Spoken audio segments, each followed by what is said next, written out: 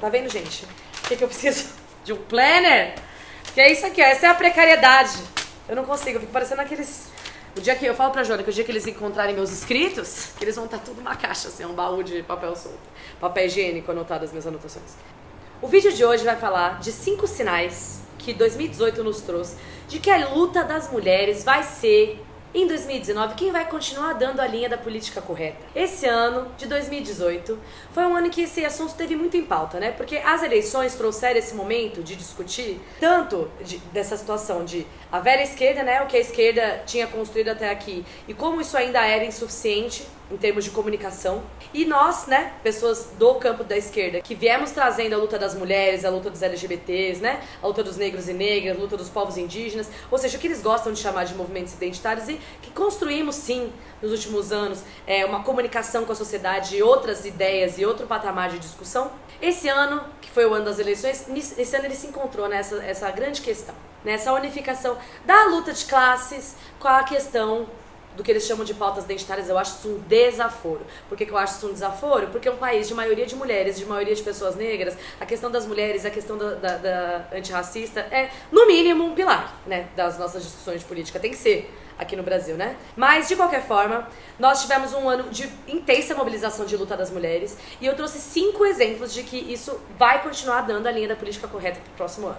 Vamos lá? O primeiro da lista é um item que tá em primeiro lugar, inclusive, porque ele foi um item controverso, Joana. Que foram os atos, no país inteiro, logo antes do primeiro turno, atos de massa, nas capitais e cidades do país inteiro, de mulheres indo pra rua, dar na cara do bolsonarismo. E por que ele é um item controverso? Porque boa parte dos segmentos de esquerda começaram a dar pra esses atos a responsabilidade do Bolsonaro ter crescido logo no primeiro turno, né? Foi logo que os números tinham começado a mudar, né? Que o Bolsonaro tinha começado a avançar nas pesquisas e tal. E, para além de achar isso um assinte, porque é óbvio que já vinha acontecendo um reagrupamento do campo conservador no primeiro turno, para tentar evitar um segundo turno, né? Todo mundo tava vendo isso acontecer, de setores religiosos. Eu lembro que na época vinham chegando vídeos pra mim, naquele final de semana que houve logo antes dos atos, teve muita coisa, chegou muito vídeo de igreja pra mim, igreja evangélica, de pastor falando absurdo, não sei o que, enfim.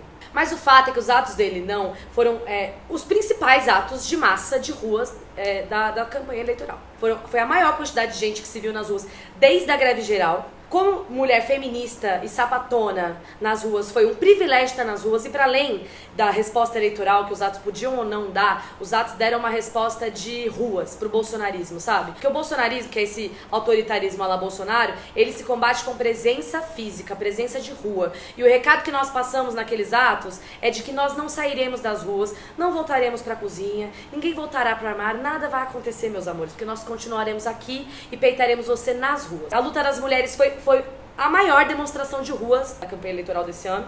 E para além disso foi uma demonstração antifascista e anti-autoritária, tá? Nas ruas, coisa que o resto da esquerda não conseguiu fazer no período eleitoral. O segundo exemplo foi a mobilização das mulheres argentinas que estavam nas ruas em massa.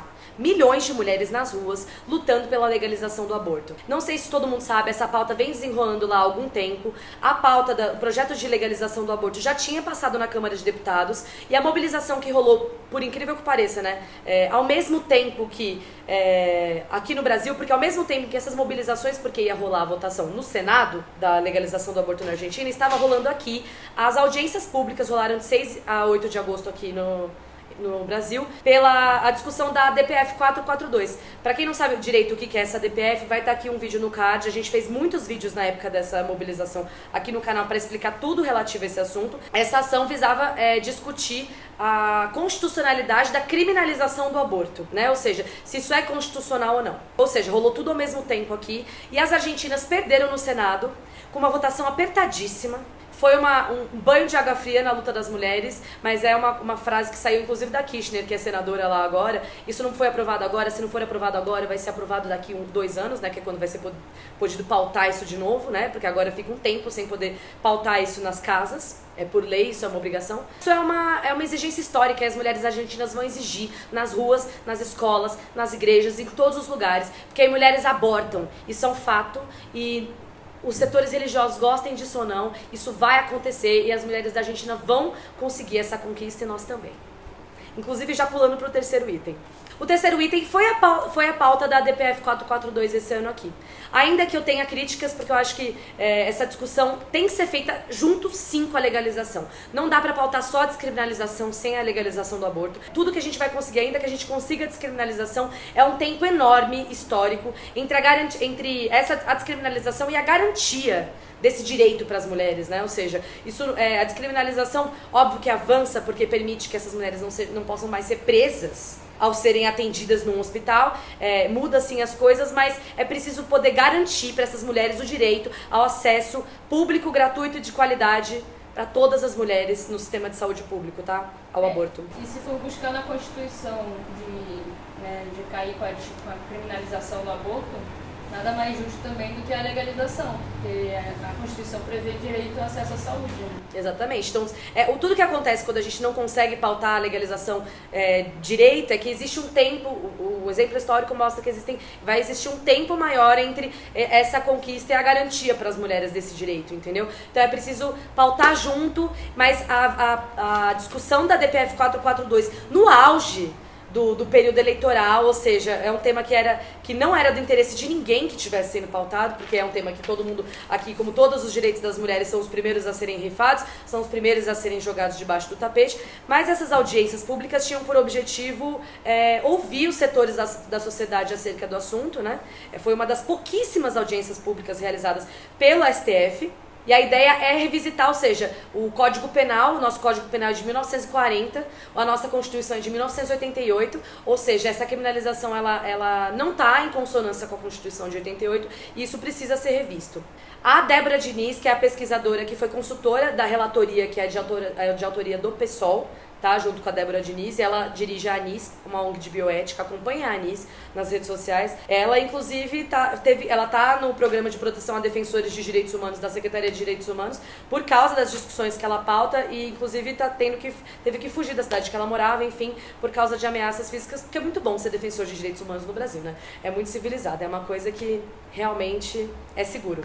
Bem tranquilo mesmo. Mas foi uma oportunidade da gente pautar, sim, isso no auge do momento em que ninguém queria que isso estivesse sendo pautado, porque eram as eleições e a gente conseguiu fazer isso acontecer.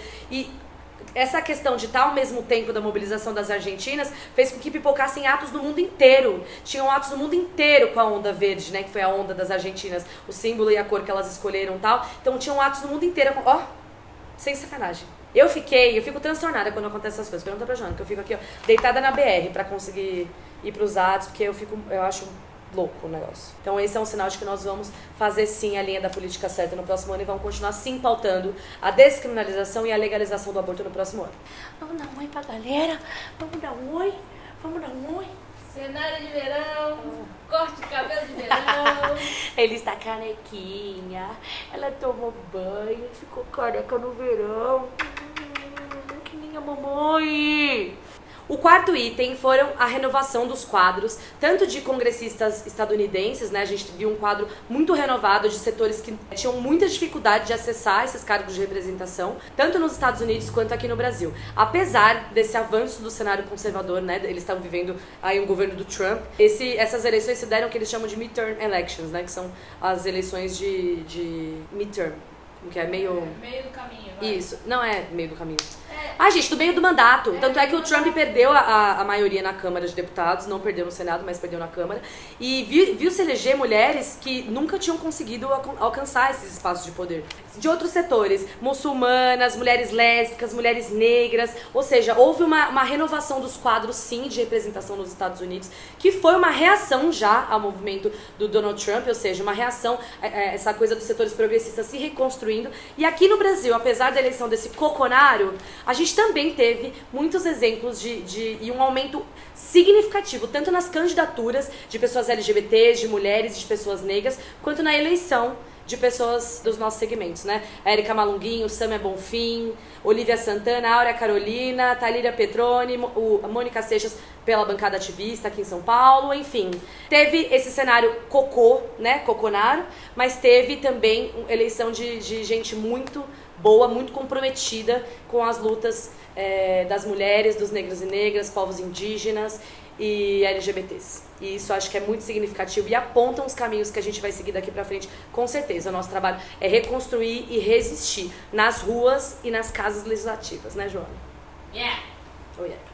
Olha lá, feliz que acordou. Ela tá com calor, mas ela tá querendo ficar comigo. E o último item, não é um item de vitória, não. É um item de muita resistência e é um item de demarcação. Não tem como terminar o ano sem lembrar de Marielle Franco, né? Foi barbaramente executada no começo do ano com o Anderson, que foi o motorista que tava com ela, por ser uma mulher negra, lésbica, ocupando um espaço de poder, né? Uma mulher eleita pela favela da Maré, eleita pela comunidade dela e que lutava contra a violência policial e o autoritarismo. A reação à morte da Marielle Franco foi um absurdo, tomou conta do mundo e tem sido um dos motores e vai ser um dos principais motores em 2019 para a luta pela democracia e defesa e contra o autoritarismo e contra a violência policial. Então é preciso Marielle Franco presente agora e sempre, né? Acho que é isso. A Marielle Franco e o grande nome que tem levado, né, a luta dela, que é a Mônica, companheira dela, que tem feito essa denúncia nos 4 cantos do mundo e vai continuar fazendo junto com todas nós, tá? Até que os responsáveis sejam punidos e até que a violência policial pare de fazer a quantidade de vítimas que faz. Esse estado assassino do caralho. E é isso. O ano que vem, gente, vai ser um ano muito difícil, não vai ser um ano fácil. Mas eu acho que nós temos os caminhos entre os nossos próprios exemplos de mobilização desse ano, sabe? Nós temos que levar pra frente o que a gente já tem feito. Não tem novidade. É tocar pra frente porque a luta vai vir com as mulheres. E a vitória só vem com a luta das mulheres. Não virá sem. Tá certo? Então apoie esse canal, nós temos uma plataforma de apoio recorrente. Seja um assinante do canal, mais do que um inscrito. Me siga nas redes sociais e a gente se vê na próxima. É Taylor? É Zaga. 2009. Isso já faltou de saliva. Primeiro Cala a boca. é engraçado. Ai, lembrei do item que eu tô esquecendo. Caralho.